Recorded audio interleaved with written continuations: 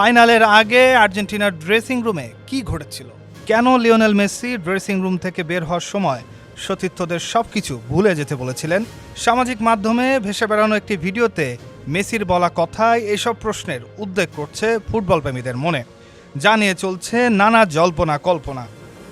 Load shedding কিংবা ঘরের বাইরের তীব্র গরমে ওয়ালটন রিচার্জেবল ফ্যান থাকলে থাকবে শুধু বাতাস আর বাতাস। আর্জেন্টাইন সমর্থকদের শঙ্কা, ড্রেসিং রুমে অবশ্যই কিছু একটা হয়েছিল, যার প্রভাব মাঠে পড়েছিল বলেই তাদের বিশ্বাস।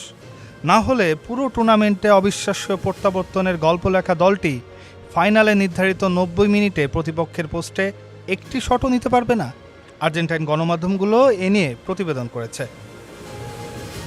টিওয়াইসি স্পোর্টস জানিয়েছে, ভাইরাল হওয়া ভিডিওতে দেখা যায় আর্জেন্টিনা অধিনায়ক ড্রেসিং রুম থেকে বের হওয়ার সময় সতীর্থদের বলছেন, সবাই শান্ত হও, আসল বিষয় হলো আমাদের শান্ত থাকতে হবে। এ পর্যন্ত সব ঠিকই ছিল।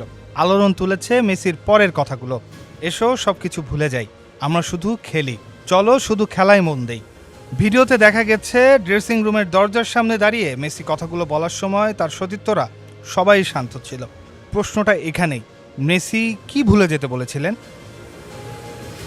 39 বছর বয়সী এই ফুটবলার কি ইঙ্গিত করেছিলেন তা স্পষ্ট না হলেও ফাইনালের আগে সমালোচনার মুখে পড়েছিল আর্জেন্টিনার দল। প্রতিপক্ষ স্পেন তাদের বিরুদ্ধে রেফারির কাছ থেকে বাড়তি সুবিধা পাওয়ার অভিযোগ তোলে। এসব নিয়ে আর্জেন্টিনা ফুটবল অ্যাসোসিয়েশনের প্রেসিডেন্ট ক্লডিও তাপিয়া এবং কনমেবল প্রেসিডেন্ট আলেজান্ডার ডোমিঙ্গেজ মেসি মার্তিনেজদের কিছু বলেছেন কিনা তা নিয়ে একটা শঙ্কা রয়েছে।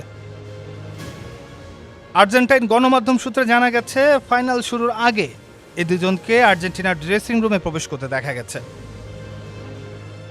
নিউ ইয়র্কের ফাইনালে 1-0 গোলে জিতে 16 বছর পর আবার চ্যাম্পিয়ন হয়েছে স্পেন। অতিরিক্ত সময়ে ফেরান তোরেস জয়সূচক গোলটি করেন।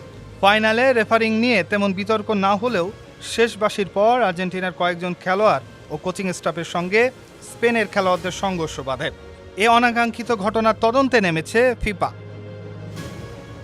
ডেস্ক রিপোর্ট, সমকাল।